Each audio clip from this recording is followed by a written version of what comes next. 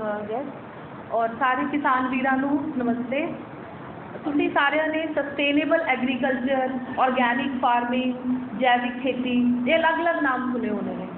जो मेन ਇਹਦੇ ਵਿੱਚ रोल है वो ਸਾਡੇ ਕੋਲ है माइक्रो ऑर्गेनिज्म का, जिन्हां नूं आपां कहने आ सूक्ष्म जीव।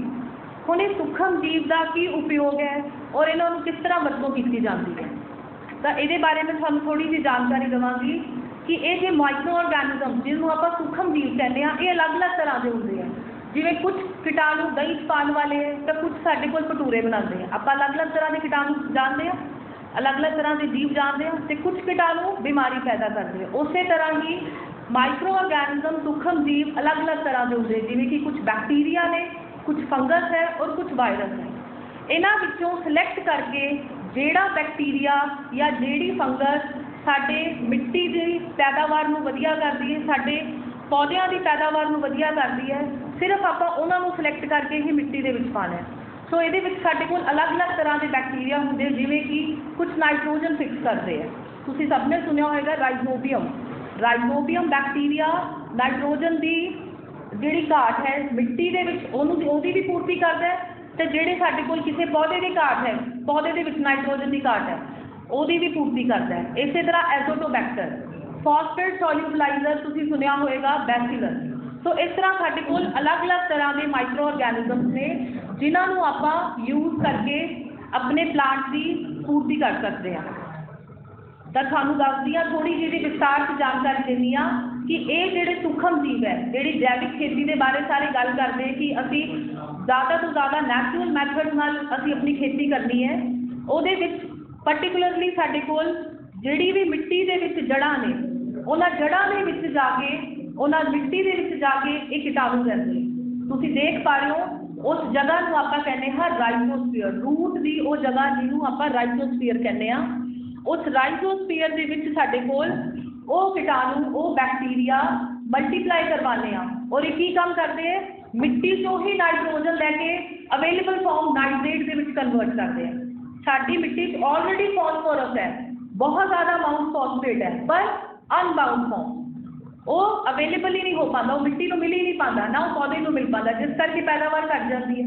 सो ओनू ही फॉस्फेट सॉल्यूबलाइजर अगर आप मिट्टी के विच पा दीए, डायरैक्ट बायो फर्टिलाइजर आपां उहदे विच ऐड कर दीए, तो उहदे नाल की होएगा, ऑलरेडी जिहड़ा साडी जमीन दे विच फास्फोरस है, जिहड़ा बाउंड फॉर्म दे विच पिया है, उहनूं वो सॉल्यूबलाइज करके अवेलेबल करवाएगा। सो इस तरह लैब के विच अलग अलग तरह के कीटाणु पैदा करते हैं असीं, बैक्टीरिया, फंगस, वायरसेस, जिन्होंने असीं अगे वरतों कर सकते हैं। क्योंकि इत्थे मेजोरिटी ऑफ जो फार्मर्स जो रिलेटेड टू सिट्रस है, तो कुछ मैं तुहानूं सिट्रस दीयां प्रॉब्लम्स और उन्हां दे सल्यूशनस के बारे गल करांगी। सब तो पहला सिट्रस प्लांट के विच जो प्रॉब्लम्स आती हैं वो किहड़ी जगह से आती, एक आती उन्हां दी लीव्स दे विच। इस करके कई फार्मर्स फॉलिएट स्प्रे करवाते हैं। फॉलिएट स्प्रे मतलब पत्तियां के उपर असीं छिड़काव कर रहे हैं। दूसरा वो करवाने ट्रेंचिंग। ट्रेंचिंग का मतलब है डायरैक्ट आप कोई भी जो जीवाणु है वो आप डायरैक्ट पा रहे हैं जड़ा दे मीन ओदे राइजोस्फीयर, मैं थानू हुणे दस्सिया राइजोस्फीयर रीजन दे विच ऐड कर रहे हैं, ताकि मिट्टी दे विच या जिहड़ी भी साडे कोल अवेलेबल फॉर्म उत्थे है उहनूं यूज करे और उहनूं कन्वर्ट करे ताकि पौधे की पैदावार हो। हुण इन्हां दे फायदे की है, अगर आप इहनूं फॉलिएट स्प्रे करवाने आ तां जिहड़ा साडे कोल फ्रूट ड्रॉप है, फ्रूट ड्रॉप के विच कमी आती है। असीं स्प्रे करवा रहे हैं नैचुरल तरीके नाल, जिहदे करके अगर जिहड़ा भी फ्रूट है अगर आप उसके ऊपर स्प्रे करवा रहे हैं, सब तो पहले उसकी गुणवत्ता के ऊपर कोई भी फर्क नहीं पेगा, उसकी न्यूट्रीशनल वैल्यू नहीं घटेगी, क्योंकि असीं कोई भी नैचुरल सोर्स यूज कर रहे हैं, सारे नैचुरल सोर्स यूज कर रहे हैं। अदर देन दैट जो साडे कोल फ्रूट की ड्रॉप वैल्यू है वो घट जाएगी। थर्ड, अगर आप उन्होंने यूज कर रहे हैं तो साडे कोई इन्फेक्शन के चांसेस नहीं कि साडे हत्थां नूं कैमिकल लग रहे हैं, असीं उसकी प्रॉपर वॉशिंग करनी, क्योंकि जो बैक्टीरिया असीं एज अ फर्टिलाइजर यूज कर रहे हैं उन्होंने उसका की फायदा है, वो नैचुरल बैक्टीरिया है, वो ह्यूमनस लिए हार्मफुल नहीं है। अगर पौधों लिए हार्मफुल नहीं है तो ह्यूमनस लिए भी हार्मफुल नहीं है। सो इस तरह के साडे कोल अलग अलग तरह के बैक्टीरिया, कुछ फॉस्फेट सॉल्यूबलाइजर, कुछ साडे कोल राइजोबियम, कुछ स्यूडोमोनास, ये सारे के सारे मिट्टी के जिहड़े साडे कोल कई जिहड़ी पैदावार वाली मिट्टी है उहदे विच इन्हां दी अमाउंट ज़्यादा होंदी, जिथे आपां कोई भी कैमिकल ऐड करता इन्हां बैक्टीरिया ने बन जाना, तो उस जगह की जमीन हौली हौली बंजर होने लग गई। सो बंजर होने का मतलब ये है कि मिट्टी के विच पैदावार नहीं रही, ऑर्गैनिक मैटर नहीं रहा। ये ऑर्गैनिक मैटर कित्थों बनता है? ह्यूमस तो। ह्यूमस जिहड़ा ह्यूमिक एसिड बनता है, और ह्यूमिक एसिड बनाने में मिट्टी की पैदावार को बरकरार रखने में सब तो मेन रोल है कीटाणुओं का, और वो भी किहड़े? Good bacteria. वो गुड बैक्टीरिया अलग अलग तरह की गुणवत्ता को बना के रखते हैं। साडे माइंड के असीं हमेशा ये सोचते हैं कि अगर असीं किनू भी सपोज ग्रो किया है, NPK डोज ला दी, NPK के नाइट्रोजन की डबल डोज और फास्फोरस पोटाश थोड़ा वन सिंगल डोज रख ली, पर उस तो अलावा भी कुछ जरूरी तत्व है जोड़े सूखम अमाउंट के चाहिए, जिन्होंने असीं माइक्रो न्यूट्रीएंट्स कहते हैं, जिवें कि जिंक चाहिए, जिवें कि आयरन चाहिए। असीं अगर वो नैचुरली ही अगर असीं बैक्टीरिया ऐड करता, जैविक खेती वाल अगर असीं जा रहे हैं, असीं नैचुरली माइक्रो ऑर्गेनिज्म यूज कर रहे हैं, तो साडा बैक्टीरिया एक एडिड एडवांटेज है कि वो नाइट्रोजन को सॉल्यूबलाइज कर ही रहा है, नाइट्रोजन की कमी को मिट्टी पूरा कर ही रहा है, ਉਹਦੇ ਨਾਲ ਉਹ ਜ਼ਿੰਕ ਦੀ ਕਮੀ ਨੂੰ ਵੀ ਪੂਰਾ ਕਰ ਰਿਹਾ, ਉਹਦੇ ਨਾਲ ਉਹ ਆਇਰਨ ਦੀ ਘਾਟ ਨੂੰ ਵੀ ਪੂਰਾ ਕਰ ਰਿਹਾ। ਤਾਂ ਇਹਦੇ ਵਿੱਚ ਸਾਡੇ ਕੋਲ ਇੱਕ ਵਾਰੀ ਐਡ ਹੋਣ ਤੇ, ਔਰ ਦੂਸਰਾ ਉਹ ਸਿਰਫ ਔਰ ਸਿਰਫ ਉਸ ਪੌਦੇ ਨੂੰ ਪੈਦਾਵਾਰ ਨਹੀਂ ਦੇਗਾ, ਆਉਣ ਵਾਲੇ ਟਾਈਮ 'ਚ ਹੌਲੀ ਹੌਲੀ ਜਦੋਂ ਅਸੀਂ ਉਹਦੀ ਲਗਾਤਾਰ ਯੂਜ਼ ਕਰਾਂਗੇ ਤਾਂ ਉਹਦੇ ਨਾਲ ਮਿੱਟੀ ਦੀ ਉਰਵਰਤਾ ਵੀ ਵਧੇਗੀ, ਜਿਹਦੇ ਕਰਕੇ ਲੌਂਗ ਲਾਸਟਿੰਗ ਉਹਦਾ ਇਫੈਕਟ ਹੈ। ਤੁਹਾਨੂੰ मैं कुछ डिजीज़ बारे डिस्कस करांगी। सिट्रस कैंसर जो कि बहुत कॉमन डिजीज़ है, और इंडिया के नीचे जो आई थी तो सब तो पहले पंजाब थी, सब तो पहला जी रिपोर्टेड स्टडीज है वो पंजाब के है। सिट्रस कैंसर के साढ़े को पीले पत्ते पीले होने लग जाते हैं, अलॉन्ग विद दैट जोड़ा भी साढ़े को फल लगे है, फल के उपर साढ़े को ये पीलापन आने लग जाता है, जिहदे लई एक पर्टिकुलर बैक्टीरिया है ज़ैंथोमोनास। ये ज़ैंथोमोनास बैक्टीरिया बीमारी पैदा करने वाला है, जिवें सानू असीं कोई खराब खाना खा लिया, सानू फूड पॉइजनिंग होगी, वो साडे बीमारी पैदा कर रहे हैं। सेम सिट्रस के भी इस तरह की इन्फेक्शन होती है, जिहदे लई पर्टिकुलर बैक्टीरिया है ज़ैंथोमोनास। हुण ये ज़ैंथोमोनास की करता है, ये अगे तो अगे फैलता है। जदों भी ज़्यादा बारिश हुई, ज़्यादा गर्मी हुई, बूटे को पानी प्रॉपर नहीं मिल पाया, इन्हें फैल जाना। और ये कदों तक फैलेगा? ये 90 दिन तो लैके 100 दिन तक लगातार फैलेगा, और उस टाइम के जोड़े फल लगे होंगे वो सारे खराब हो जाएंगे, पत्तियां खराब हो जाएंगियां, प्लांट खराब हो जाएंगे। हुण इहदे हर तरह का सोल्यूशन होता है, तो आप इसका नैचुरल सोल्यूशन थानू दस रही हाँ कि माइक्रो ऑर्गेनिज्म कितने इफेक्टिव है। नैचुरली ना तो उन्होंने प्लांट को खराब होने देना, ना सॉइल को खराब होने देना, मिट्टी को थोड़ी को खराब होने देंगे। उसके नाल तुसीं रिजल्ट देख सकते हो कि स्यूडोमोनास बैक्टीरिया ते बैसिलस बैक्टीरिया ये बहुत अच्छे बैक्टीरिया ने। अगर आप इन्हों डायरैक्ट फॉलियर स्प्रे करिए तो ये सिट्रस कैंसर वर्गी डिजीज़ को रोकया जा सकता है।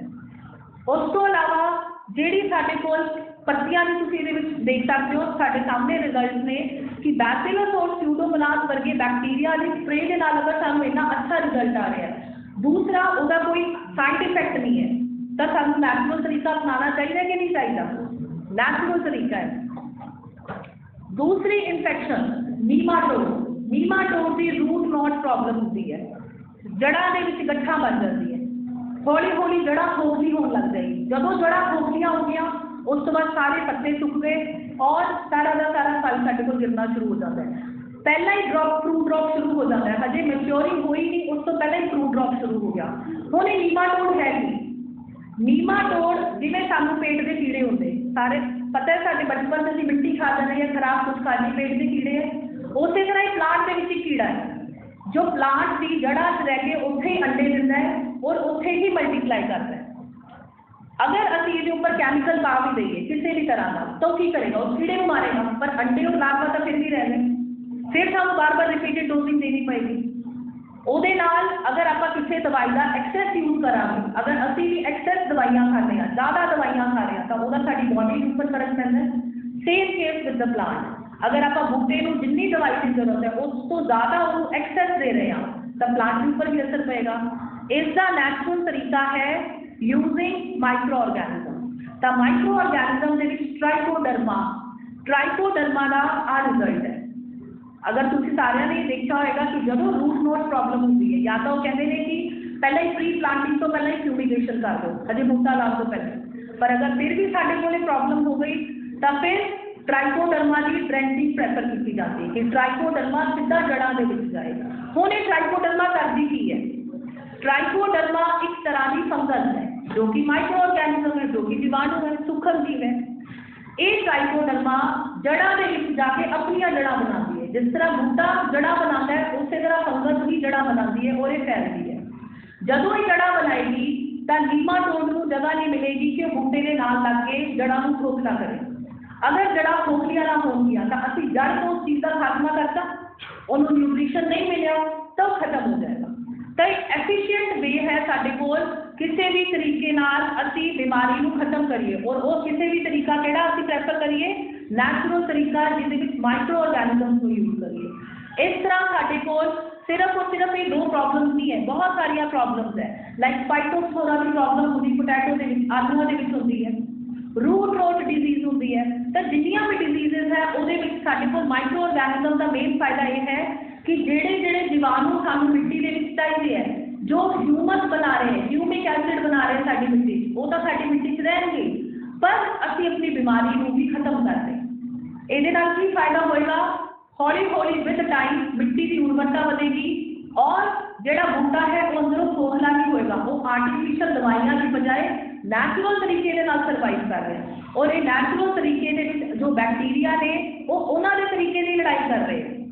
अगर असी कह रहे हैं कि जैंथोमोनास की गल कर रहे हैं तो जैंथोमोनास भी नूं रोक के वो प्लांट की इम्यूनिटी बढ़ा रहा है। जो साडी इम्यूनिटी तो साडे च लड़न की ताकत आती है, उस तरह अगर बूटे की ताकत होएगी, बूटे की इम्यूनिटी बूस्टअप होएगी तो बूटा भी अपने आप बढ़ेगा, उन्होंने प्रॉब्लम उन्नियां घट आउंदियां। तो मेन साडे कोल प्लांट को सपोर्ट करने लई साडे कोल किहड़े माइक्रो ऑर्गेनिजम्स हुंदे जिहड़े कि बेनीफिशियल है। तो इस तरह साडी कंपनी डिफरेंट जो प्रोडक्ट्स है वो लॉन्च करेगी, जिहदे विच साडे कोल स्यूडोमोनास, कंसोर्टिया और जिन्हां दी असीं स्प्रेज, कईयां दी फॉलियर स्प्रेज, कईयां दी ड्रेंचिंग, कईयां नूं डायरैक्ट मैन्योर मिक्स करके। हुण मैन्योर का की इफेक्ट आएगा, कई लोग सोचते हैं कि अगर असीं डायरैक्ट ड्रेंचिंग करते हैं तो मैन्योर का की इफेक्ट आएगा। जिस तरह अगर असीं दही वाले बैक्टीरिया को कुछ टाइम नहीं रख दिए तो मल्टीप्लाई करना बंद कर देगा, वो जान भी साडी खत्म हो जाएगी। अगर असीं मिट्टी डायरैक्ट बैक्टीरिया पाता पर खाद नहीं पाई तो जो बैक्टीरिया वधिया ने गुणवत्ता वाले उन्होंने मल्टीप्लाई करने लिए भी तो कुछ खाना चाहिए, उस खाने लिए असीं मैन्योर बोलते हैं। तो अगर साडे कोल अवेलेबल फॉर्म की डाइजेस्टेड मैन्योर होएगी, डाइजेस्टेड मतलब जी ऑलरेडी अवेलेबल है उन्होंने वो खाना है, उस खाने को अगर वो खाएंगे तो उत्थे वो रहेंगे और उन्होंने पूरे के पूरे मिट्टी के विचों फैल जाएंगे और उस प्लांट के विच जगह बना के रहेंगे। सीधे करके ये सिर्फ एक टाइम का नहीं है, विद टाइम उस प्लांट की इम्यूनिटी भी बढ़ती है। इम्यूनिटी का मतलब ये होता है कि उन्होंने बार बार इन्फेक्शन नहीं हो रही, बार इन्फेक्शन नहीं हो रही। सो असी अगर किसी भी तरह की घाट है, नाइट्रोजन, फास्फोरस, पोटाश, सिर्फ यही घाट नहीं होती बूटियां को। अलॉन्ग विद दैट जिवें कि मैं तुहानूं दस्सिया जिंक भी, आयरन भी, मैगनीज भी, मैगनीशियम भी, इन्हां सारियां की घाट होती है, जिन्होंने असी जैविक खेती नाल माइक्रो ऑर्गेनिजम यूज करके असी डायरैक्टली मल्टीप्लाई करवा सकते हैं।